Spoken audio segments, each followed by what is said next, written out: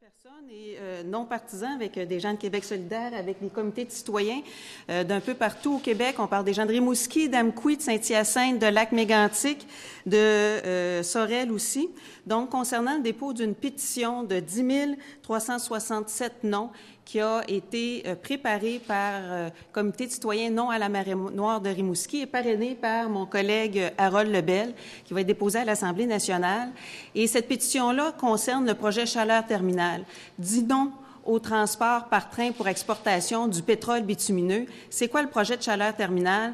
Bien, c'est un projet de transport par train de 240 wagons par jour à partir de Vaudreuil qui traverse Montréal, la Rive-Sud, Saint-Hyacinthe, Drummondville, Lévis, Rimouski, tout le Bas-Saint-Laurent et la vallée de la Matapédia. Donc, simplement pour exportation, donc aucune transformation, aucune consommation au Québec. Et on sait que c'est un projet qui est dangereux parce que c'est sur les rails du CN avec l'état des rails dans certains endroits. Et c'est un projet qui est un projet d'appauvrissement économique. À 240 wagons par jour, on parle de 87 600 wagons par année. Des villes, par exemple, comme Drummondville, tripleraient leur matière dangereuse qui passe en plein centre-ville. Donc, c'est un projet extrêmement inquiétant. Les élus municipaux ont voté des résolutions. Il y a plusieurs villes, Amqui, Rimouski, Saint-Hyacinthe, Montréal et bien d'autres qui ont voté des résolutions contre le projet Chaleur Terminal. Et je vais laisser maintenant la parole à Manon Massé de Québec solidaire. Merci beaucoup, Martine. Alors, ces projets-là, ce que ça l'a fait, c'est que ça l'a mobilisé des gens. Et ça, partout à travers le Québec, plusieurs représentants et représentantes sont avec nous ce matin. C'est pas surprenant, parce qu'en matière de protection de l'environnement, c'est toujours les citoyens et citoyennes qui sonnent l'alarme. C'est toujours eux et elles qui font en sorte que le gouvernement est obligé de faire des prises de conscience. Et dans le cas qui nous intéresse présentement, au-delà de la pétition, il y a aussi les municipalités qui prennent leurs responsabilités parce que les matières dangereuses qui transigent pour se rendre à Belle-Dune est très inquiétante, bien sûr pour la sécurité, mais aussi pour la santé, etc. C'est préoccupant aussi parce que le gouvernement du Québec semble de plus en plus contourner cet extraordinaire outil qu'on a depuis plus de 20 ans au Québec, c'est-à-dire le BAP. Et c'est pourquoi que la pétition exige d'avoir un BAP sur le projet qui nous concerne. Quand je dis qu'il contourne, c'est sûr, et là, on l'a vu dernièrement au niveau l'environnement, au niveau de l'EES, ça va venir, où le gouvernement, au lieu d'accorder un BAP de façon claire, sur l'ensemble des données que nous avons besoin pour prendre des décisions comme citoyens et citoyennes, il a opté plutôt pour une étude environnementale stratégique dans laquelle, comme on le sait, là, il y a plusieurs éléments et les citoyens vous en parleront plus longuement tantôt. Je voudrais juste terminer en vous disant que à Montréal, c'est inquiétant. Quand on parle de densité traversée Drummondville, oui, traverser Montréal, c'est épeurant. Surtout quand on voit qu'il n'y a pas plus tard que quelques semaines, de façon un peu négligée, il y a un train qui est sorti de ses rails et qui est allé atterrir à côté d'un édifice. Alors, voyez-vous, les citoyens ne se préoccupent pas pour rien. Et je terminerai juste en vous disant que c'est pas pour rien que je vais à Paris. Je pense que c'est important que le monde entier sache qu'il y a ici au Québec des enjeux qui ne seront pas nommés si je ne suis pas. Et je passe donc la parole à Martin Poirier. Bonjour. Si on est ici aujourd'hui pour le dépôt de la pétition, c'est vraiment pour souligner cette implication citoyenne. Et j'oserais même dire l'intelligence citoyenne, parce que dans ces différents dossiers ces dernières années, c'est cette vigile citoyenne qui est sur le terrain, qui est présent, qui fait ressortir ces projets-là. S'il n'y avait pas eu les groupes citoyens, il n'y aurait pas eu un focus sur le projet Chaleur Terminal. Il faut souligner le travail du groupe Tache d'huile d'avoir mis en évidence ce projet-là. C'est la représentation des individus, des gens qui se sont présentés dans leurs conseils municipaux pour réclamer des résolutions qui ont été montées par des citoyens. Donc, nous, aujourd'hui, c'est ce qu'on veut souligner. Il y a le projet Chaleur Terminal, mais il y a aussi les projets qu'on voit déjà, qui sont déjà en branle avec le projet de Kildare à Sorel-Tracy. On sait que depuis la catastrophe de Lac-Mégantic, tout le Bas-Saint-Laurent est touché par le transport ferroviaire en direction du Kamouraska, le Témiscouata, pour se rendre au Nouveau-Brunswick. Donc, pour nous, c'est un refus catégorique et je céderai la parole à mon collègue Benoît Saint-Hilaire. Bonjour. Alors moi, ce matin, non seulement je veux souligner l'intelligence citoyenne que mon collègue faisait référence tantôt, je voulais aussi remercier les différents groupes citoyens qui ont su, au travers des dernières années, informer la population des enjeux auxquels on fait face avec le transport ferroviaire. Nous avons ce matin avec nous la chance d'avoir des gens qui viennent des quatre coins du Québec. On a des représentants d'un groupe citoyen de Lac-Mégantic qui est ici ce matin. Merci beaucoup. On a aussi le groupe Convoi citoyen qui a fait la route. On a Tache d'huile, le groupe du RVHQ, ainsi que le regroupement citoyen contre les sables bitumineux. Alors, je pense que le message doit être clair aujourd'hui. Non, on ne veut pas de ces projets de transport de pétrole-là. Non, le Québec ne deviendra pas une autoroute d'exportation du pétrole. Merci. Je vais laisser la parole à M. Stéphane Poirier. Merci. Bonjour. En fait, ce que je voudrais poursuivre avec, en lien avec ce que mes collègues viennent de rajouter, c'est tout simplement, en fait, pour dénoncer le processus de l'évaluation environnementale stratégique menée aujourd'hui par le gouvernement. Et depuis des années, en fait, on a été consultés nombreuses, les Québécois et Québécoises, sur le dossier des hydrocarbures en général, mais on n'a toujours pas eu, en fait, aucun moratoire, cela dit, c'est bien important de le noter. C'est sûr qu'il y a la question, évidemment, qui relève de la juridiction fédérale concernant les trains et les éoléoducs. On va se concentrer sur les trains aujourd'hui parce qu'on parle de Baie-des-Dunes. Mais cela dit, le Québec, en fait, a tous les moyens, si les Québécois désirent, en fait, pour empêcher le projet, justement, qui nous concerne, qui est celui de Baie-des-Dunes, et le transport ferroviaire par pétrole. Malgré le fait qu'on soit une province, ça reste que le Québec a des compétences. Il peut justement faire valoir ces aspects-là sur l'aspect de la qualité de l'environnement et aussi l'autodétermination, en fait, a occupé librement le territoire québécois parce que aussi on parle d'intégrité du territoire. Ça va beaucoup plus loin que le transport énergétique. Ça va aussi sur l'avenir que le Québec, en fait, comment on voudrait développer le Québec. Donc, présentement, l'EES, en fait, on le sait, est bâclé, critiqué de toutes parts, que ce soit par les citoyens aux Îles-de-la-Madeleine, par unanimité, les mémoires qui ont été déposées aux Îles-de-la-Madeleine, en fait, critiquaient le processus. Les citoyens, en fait, on n'a pas le temps de consulter adéquatement les études. Il manque des études aussi stratégiques pour bien comprendre les enjeux concernant l'évaluation environnementale globale sur les hydrocarbures. Et cela dit, je terminerai sur le fait que le Québec peut décider librement de développer son avenir énergétique comme bon lui semble. Merci. Et je passerai la parole à Mme Maude Prudhomme. Bonjour, j'arrive ici de la Gaspésie avec une certaine exaspération. On a vu Mégantic, tout le monde a vu Mégantic. On a vu aussi, suite à ça, en prêtant attention, la dimension exponentielle de la présence d'hydrocarbures sur les rails. Partout en Amérique du Nord, y compris au Québec. En Amérique du Nord, on parle d'une augmentation de 28 000 % au fil des dernières années. C'est dans le très exponentiel. On pourrait s'attendre à ce qu'un gouvernement prête attention à ce genre de phénomène et prenne des mesures adéquates. Ça n'a pas été fait. Et ça n'a pas été fait malgré le refus des communautés de risquer leur milieu de vie, de risquer leur sécurité pour permettre l'expansion de projets qui sont destructeurs à la base, que l'on parle des sables bitumineux d'Alberta ou du shale de Bakken, de l'extraction de pétrole par fracturation aux États-Unis. C'est des milieux de vie qui sont fragiles. On a parlé des trains. Dans le cas de Belle-Dune, on traverserait par exemple la vallée de la Matapédia. On traverse des rivières à saumon. On traverse des milieux fragiles, des milieux précieux. Tout ça aboutirait ensuite aux abords de la baie des Chaleurs, qui est un autre milieu précieux, un autre milieu fragile.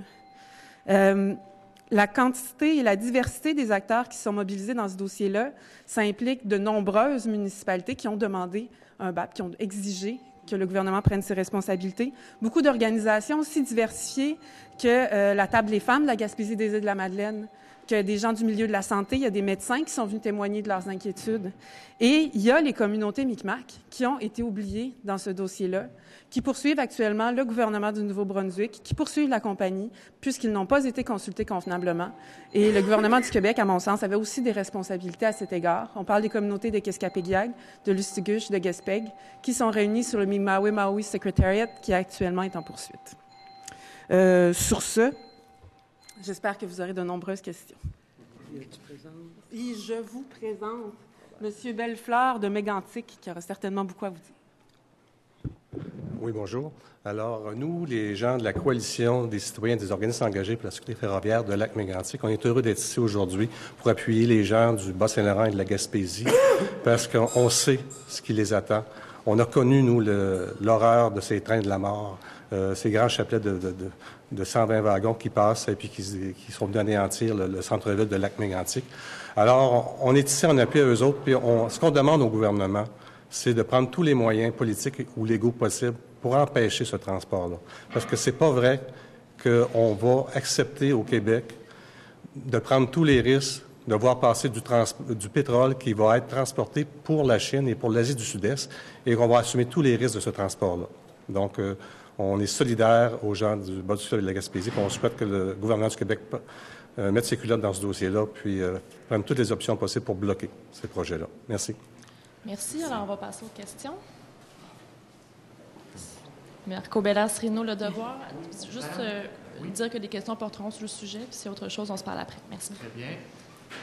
Madame Ouellette, je me demandais si l'abandon ou le refus de l'administration Obama de donner son feu vert au projet de pipeline Keystone XL avait créé, disons, un certain empressement du côté de l'industrie pétrolière albertaine, notamment celle des sables bitumineux, pour exporter à tout prix son pétrole que vous qualifiez de sale et que des projets de pipeline ou de transport par train via le Québec devenaient de plus en plus urgents pour eux. Puis si vous ressentez ça, dans le fond, dans le milieu. Bien, c'est clair.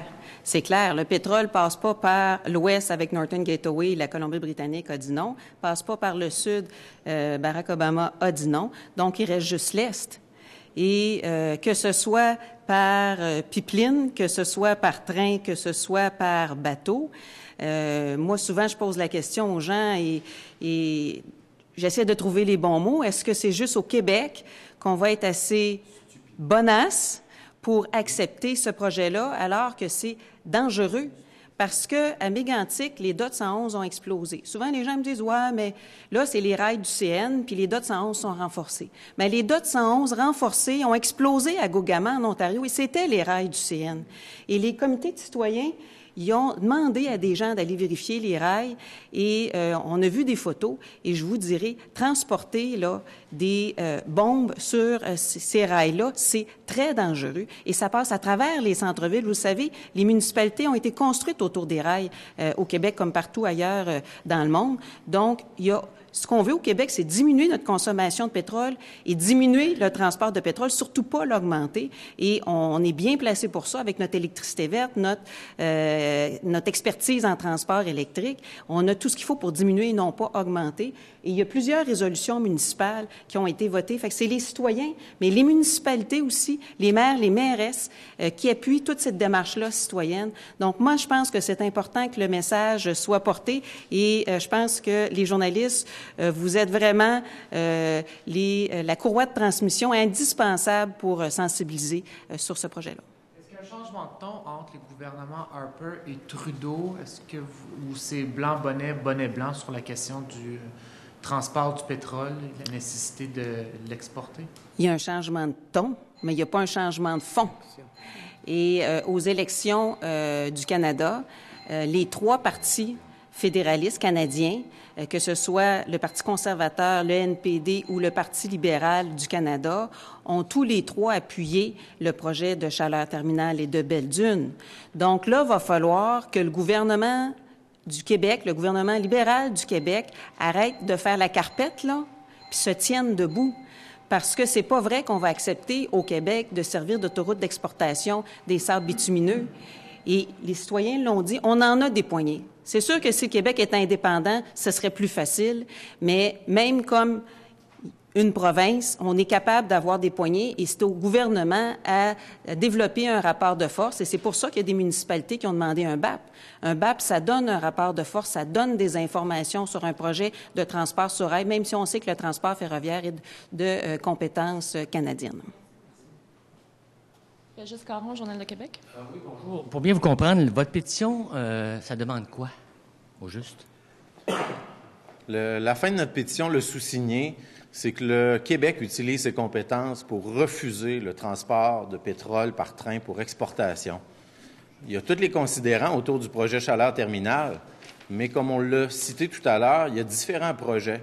Et il faut savoir aussi que même si les projets d'oléoduc se font, que ce soit Énergie-S, on parle du renversement là, de la ligne 9B d'Enbridge qui devrait débuter sous peu, il faut savoir que ces projets-là, par train, ne sont pas les mêmes promoteurs que les projets d'oléoduc.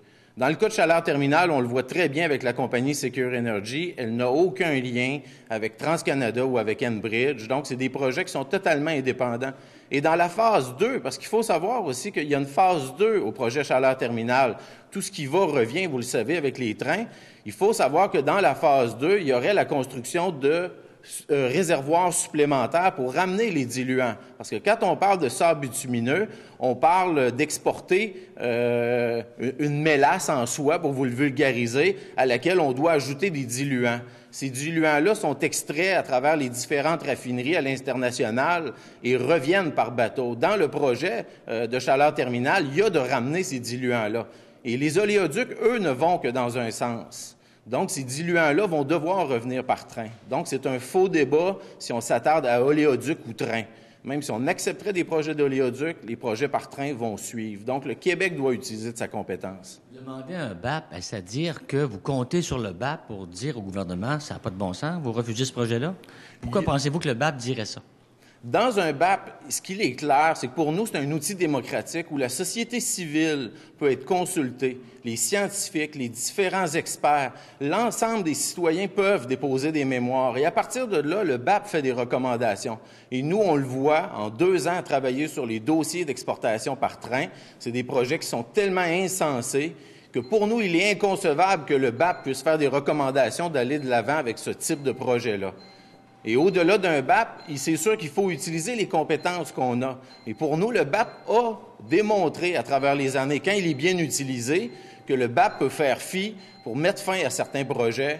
On l'a vu dans le cas de la filière du nucléaire. On l'a vu dernièrement. Les derniers BAP n'ont pas été très tendres envers les différents projets. Dernièrement, on n'a qu'à penser à Mine-Arnaud, la filière de l'uranium. Donc, pour nous, on est vraiment confiants que ce projet-là, qui ne ramène absolument rien pour le Québec, et même s'il ramenait quelque chose d'économique, il n'y a rien qui justifie qu'on prenne tous ces risques-là au niveau de la société civile. Pourquoi dites-vous que l'étude environnementale stratégique, le EES, qui a été évoqué tout à l'heure, pourquoi dites-vous que c'est bâclé?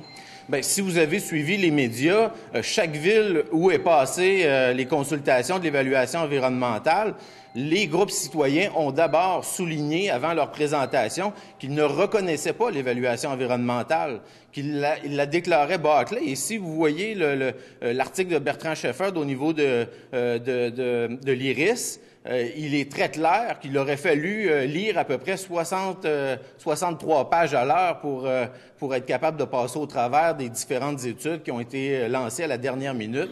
Donc, pour nous, c'est inconcevable. Puis c'est une voix unanime. C'est pas simplement les gens qui sont ici aujourd'hui, c'est l'ensemble des villes qui ont été consultées au niveau de l'évaluation environnementale qui le dénote, cet aspect-là. Merci beaucoup. Monsieur Croteau. Rapidement. Mme Ouellette a évoqué tout à l'heure qu'il faut cesser notre dépendance au pétrole, mais ça ne se fera pas du jour au lendemain. Donc, il faut le transporter, le pétrole. Comment on le fait si on ne le fait pas par train? Bien, moi, j'apprécie beaucoup ce genre de questions-là, je vous dirais tout simplement, parce que c'est le genre de questions qu'on retrouve quand il manque d'informations au niveau de ces projets-là. Il faut savoir que les projets, ce matin, qu'on met sur la table, c'est des projets d'exportation. On ne parle pas de la consommation de pétrole pour les besoins du Québec. Au niveau de la sécurité énergétique, au niveau de l'approvisionnement du Québec, il n'y a pas d'insécurité à ce moment-ci. On parle plutôt de projets d'exportation. Donc, il n'y a absolument rien à voir avec ce qu'on met à la pompe. Oui, on a une dépendance au pétrole à laquelle on doit faire face. Les pays du monde ont une résilience pour sortir de leur empreinte au niveau du carbone. On doit décarboniser notre économie, mais c'est surtout pas en devenant une autoroute d'exportation qu'on va se sortir de cette dépendance. Croteau, la presse. Juste à ajouter sur l'EES, là. En plus, l'EES, elle n'est pas indépendante. C'est ça. Donc ça, c'est très important et c'est les libéraux qui utilisent ces outils-là avec, cette fois-ci, c'est des sous-ministres qui sont responsables. Moi, comme ministre des Ressources naturelles, j'ai reçu l'EES de Génivard dans le golfe du Saint-Laurent et Génivard est aussi était un sous-traitant des pétrolières. Donc, je pense que ce que les citoyens et ce qu'on demande aussi au Parti québécois, c'est que ce soit des études indépendantes. Bonjour, M. Poirier. Ce projet, est-ce qu'il serait plus sécuritaire à vos yeux si le pétrole était acheminé par pipeline plutôt que par train? C'est un peu comme je disais, train ou oléoduc, pour nous, c'est un faux débat. Il faut plutôt se dire, est-ce que le Québec doit devenir une simple autoroute d'exportation? On voit les différentes provinces. Je suis allé rencontrer différents groupes au mois de juin qui se réunissent à travers le Canada, qui sont aux prises avec ça. Il faut savoir, présentement, les sables bitumineux sont engorgés en Alberta. La sécurité, le risque de fuite, le risque de débraillement, le risque de déversement, tout ça serait possiblement évité si on construisait un pipeline. Pas nécessairement. Exactement, quand je vous dis que c'est un faux débat, les oléoducs d'exportation vont nécessiter le retour de ces diluants-là. On parle de pétrole non conventionnel. Il faut savoir que c'est du bitumen, comme les anglophones le disent très bien. Et le bitumen n'est pas un pétrole traditionnel, c'est un pétrole non conventionnel. Donc, ces diluants-là doivent revenir. Présentement, on le voit, la raffinerie d'Hardisty en Alberta réutilise ces diluants-là. Donc, ils doivent revenir. Et ces diluants-là, au retour, sont encore plus dangereux que l'exportation des sables bitumineux eux-mêmes parce qu'ils sont hautement volatiles, hautement explosifs. À quel point est-il clair à vos yeux que le gouvernement du Québec a une emprise pour bloquer ce projet-là? Bien, premièrement, il doit démontrer une volonté. Et nous, on croit qu'il y a présentement une situation que je qualifierais personnellement de mépris envers la population du Québec. On a eu la tragédie de Lac-Mégantic. Et on l'a vu, vous pensez juste au Japon avec Fukushima, le retrait des différents pays par la suite du nucléaire. On avait tous les éléments, nous, pour mettre... Dans le partage des pouvoirs, est-ce que le Québec a vraiment le pouvoir de bloquer ce projet? On a le pouvoir de démontrer qu'il n'y a pas d'appui social à ce genre de projet-là. Le pouvoir de le bloquer, c'est ce que oui, vous êtes en train on le de voit dire. directement avec la Colombie-Britannique. Il y a le pouvoir de démontrer, mais pas de le bloquer. Oui, on peut le bloquer si on le veut vraiment. Le meilleur exemple, quand on prend l'exemple de la Colombie-Britannique avec le projet Northern Gateway, l'Office national de l'énergie avait donné l'autorisation à Northern Gateway et Enbridge n'est pas allé de l'avant parce que l'ensemble de la population et les communautés amérindiennes refusaient ce projet-là. Et là, présentement, on est face à un projet qui est en pleine poursuite par les 3 communautés Micmac de la Gaspésie.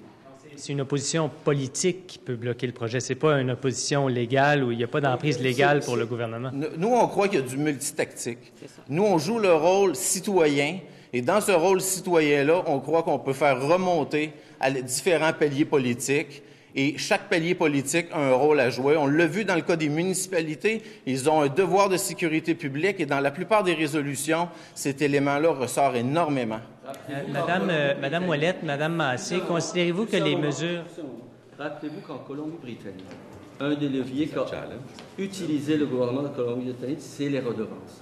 Le Québec a le droit d'imposer des redevances tellement prohibitives que ça peut complètement faire dérailler, excusez-moi le jeu de mots, le projet.